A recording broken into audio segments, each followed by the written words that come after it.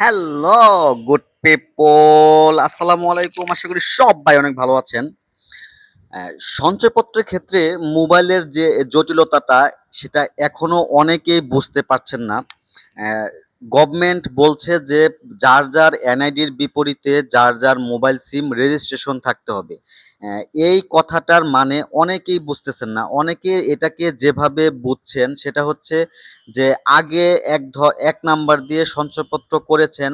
তো এখন যার নামে মোবাইল সিম থাকলে ওই নাম্বার দিয়ে সঞ্চয়পত্র করার চেষ্টা করতেছেন। আর যদি না থাকে তাহলে নতুন করে একটা সিম নিজের নামে নিজের এনআইডি দিয়ে ফিঙ্গারপ্রিন্ট দিয়ে কিনে এরপরে সঞ্চয়পত্র করার চেষ্টা করতেছেন। এটা কিন্তু ভুল প্রসেস। এভাবে অনেকেই দিচ্ছেন, কিন্তু সঞ্চয়পত্র রিজেক্ট হয়ে আসতেছে। এর এর আগেও আমি একই ধরনের অনেক ভিডিও তৈরি করেছি। আমি যারা এখনো বুঝতেছে না তাদের জন্য বলতেছি যে সঞ্চয়পত্রের সার্ভারে সবসময় একটা নাম্বার থাকে। আপনি চাইলেই ২ টা নাম্বার একই সাথে ব্যবহার করতে পারবেন না। তো আপনি ২০২৬ সালের আগে একটা মোবাইল নাম্বার দিয়ে সঞ্চয়পত্র করেছেন। এখন যেহেতু ওই নাম্বারটা আপনার নামে রেজিস্ট্রেশন করা না, এখন আপনি নতুন একটা সিম কিনে আপনি ফর্মের মধ্যে লিখে আবার সাবমিট করতেছেন। দেখা যায় যে গ্রাহকের ক্ষেত্রে, নমিনির ক্ষেত্রেও সেম কেস ছিল। ২ জনেরই মোবাইল নাম্বার চেঞ্জ করে ফর্মে লিখে সাবমিট করতেছেন। এটা এভাবে কিন্তু হবে না। সঞ্চয়পত্র রিজেক্ট হয়ে আসবে।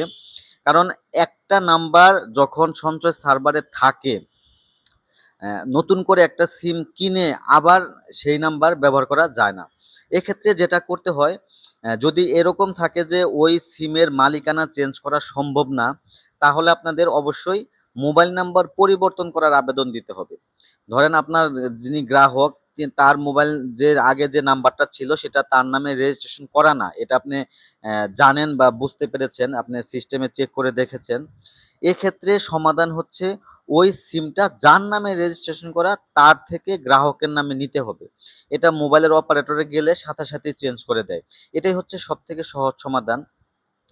আর যদি এটা সম্ভব না হয়, কারণ অনেকে দেশের বাইরে থাকে বা অনেকে মারা মারা যায়, সেক্ষেত্রে তো আর মালিকানা চেঞ্জ করা সম্ভব না।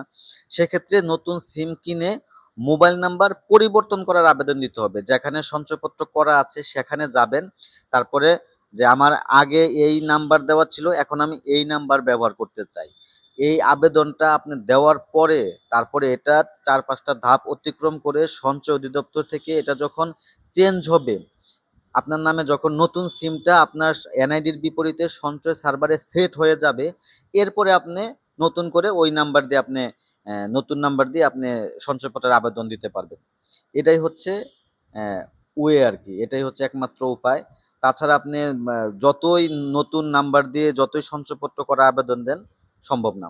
আশা করি আমার ভিডিও টপিক বুঝতে পেরেছেন। যদি আরো কোনো প্রশ্ন থাকে এই রিলেটেড আমাকে করতে পারেন। আমি উত্তর দেওয়ার চেষ্টা করব। আর এই ভিডিওটি অবশ্যই শেয়ার করে আপনার টাইমলাইনে রেখে দিবেন। আর আমার পেজটি ফলো করে আমার পাশে থাকবেন। ধন্যবাদ সবাইকে। আসসালামু আলাইকুম।